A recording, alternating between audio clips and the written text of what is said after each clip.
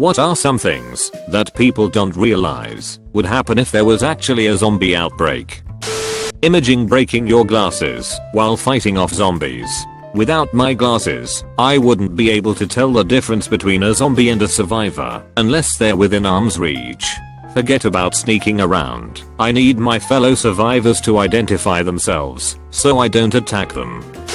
The government wouldn't collapse as quick as most people imagine. Most movies depict the entire nation's structure crumbling in a matter of weeks, sometimes days. This is pretty illogical considering how large most nations' militaries are and how many options and opportunities the government would have to contain the virus in the first place. Martial law is a powerful device. A lot of people would die from zombie bites, but even more would die from diseases only treatable with antibiotics, insulin, and chemotherapy. When the world collapses, everything collapses. You might dodge a zombie bite, but then die from a scratch on your leg from where you brushed against a rusty nail to make that dodge happen. Most of the survivors after the initial collapse wouldn't die because of the zombies. Fire. As millions of people flee into the wilderness, they'll begin making fires for warmth, security, cooking food, and boiling water. Many of these fires, set and maintained by inexperienced refugees, will get out of control in a world without firefighters. Others will be started deliberately by people trying to stop zombies, or accidentally during battles between factions of survivors.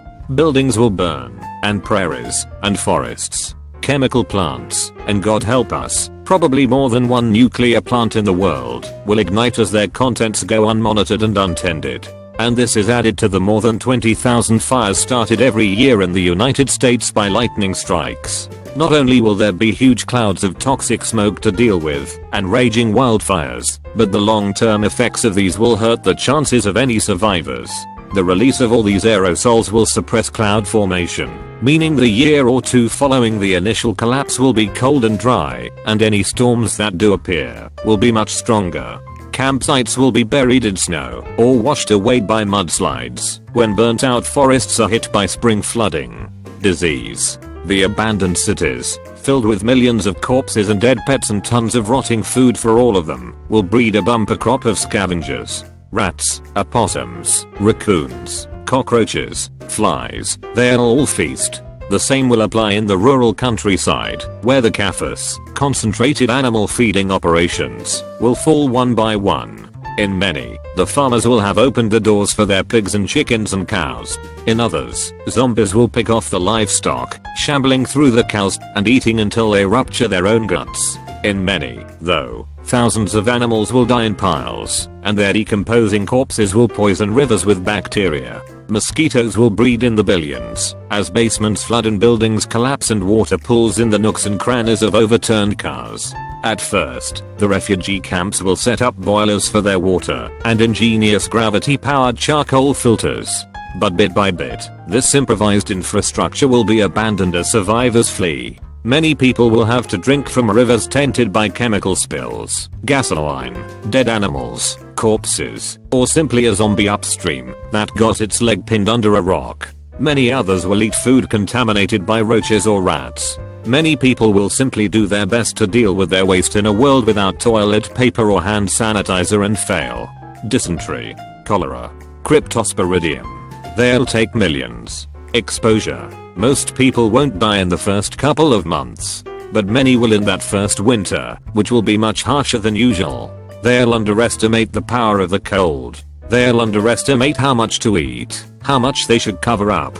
They'll be running in tennis shoes through 3-foot drifts. And as survivors become truly desperate, competition for food in the best shelters will spawn a new wave of violence. People don't realize how quickly it would burn itself out. What gives humans any competitive edge evolutionary speaking is the very thing zombies lack, the brain. Humans without brains are a C-tier animal, at best, that will have some luck in an initial outbreak of feeding and fighting, but will be bested by deer and foxes. This says nothing about the continued decomposition that will, inevitably, render locomotive abilities useless, humanity's second biggest strength. Zombies are humanity minus anything that gives them an advantage at anything. Why are we afraid of them again? It's stupidly easy to contain a zombie infection. Realistically, even if a bunch of people got infected, and there's no going back once you've turned, then there's really nothing stopping cops/military from mag dumping everything they see that does a zombie sound or just carpet bombing whatever horde they see from the sky. They'd probably mount automatic shotguns to the sides and front of cars and drive around downtown blasting everything in a 360-degree radius. Heck, knowing today's world, Jeff Bezos would probably retrofit the Walmart robot to casually push zombies away from the storefront with an oversized broom. Shit, they wouldn't even have to use bullets. Hop on the APC and run them over.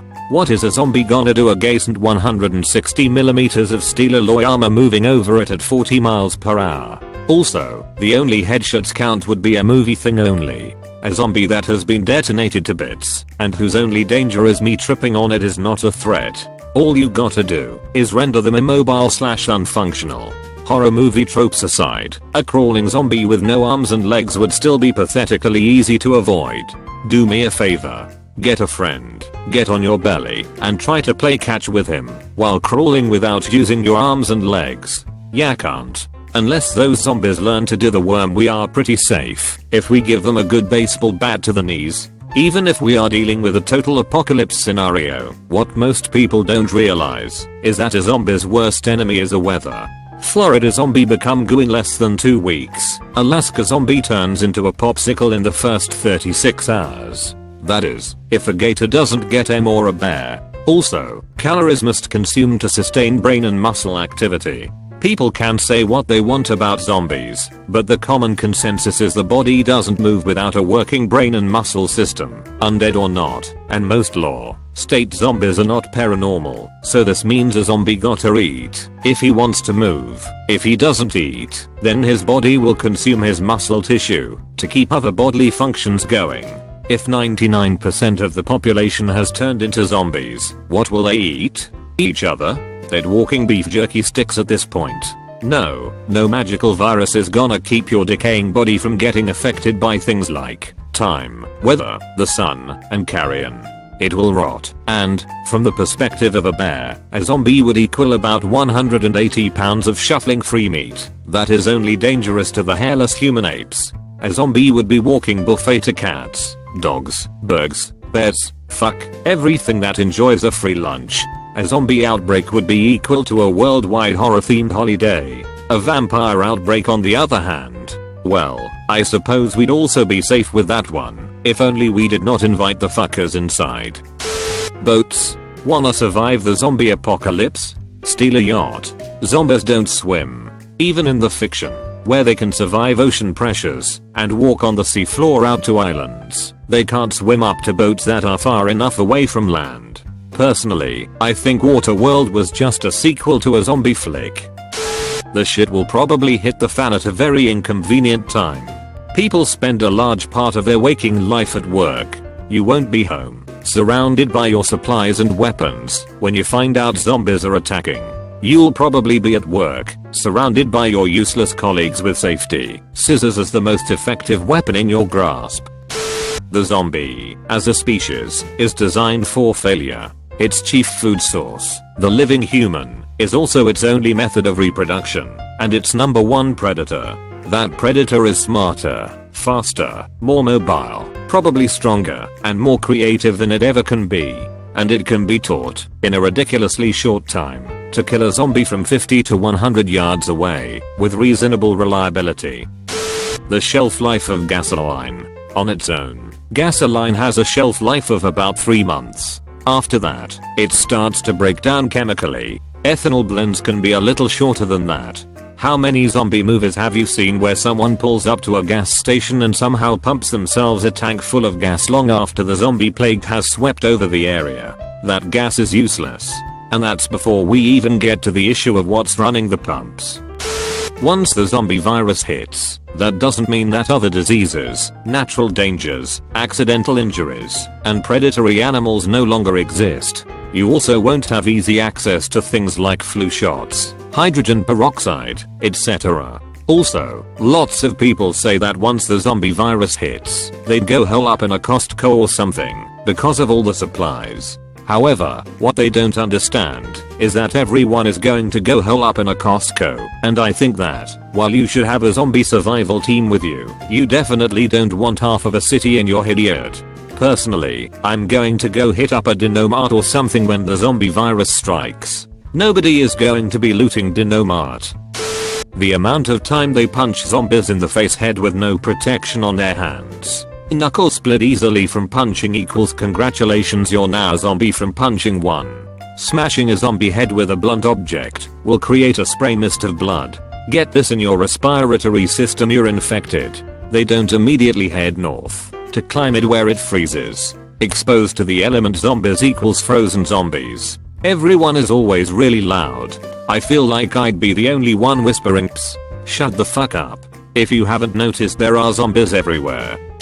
The safest place you can go is your nearest military base. If one is too far away, chances are you have a National Guard armory close by. I hate zombie shows that act like the military would get overrun by zombies. The US military is designed in such a way to be self-sustained. There is no way the military would go down in a zombie invasion. As a wearer of glasses, what the fuck do I do when I lose/break them? Do I have to take my 3 spare old sets around with me? Do I just duct tape my glasses onto my head? But then how do I sleep if I lose them? Do I have to go to an optician's and somehow make my own and hope they have my lenses in? I mean, I'm fucking blind. If my glasses go, so do I. It really concerns me. Holing up anywhere in a city, or even on the city side of a suburb, is a losing proposition. Sure, there's lots of supplies in the city, but there's no food and virtually no water and lots of zombies. And those supplies? Yeah, they were all looted in the first frantic days, and are now dispersed all over the place in individual hid a-holes in random buildings. Won't be able to just go to Home Depot after the initial panic has been resolved and expect there to be anything worth having. And the roads, they're gonna be completely clogged with dead cars, likely filled with zombies. So you're not going to be able to just find a car with gas and drive out of the city either.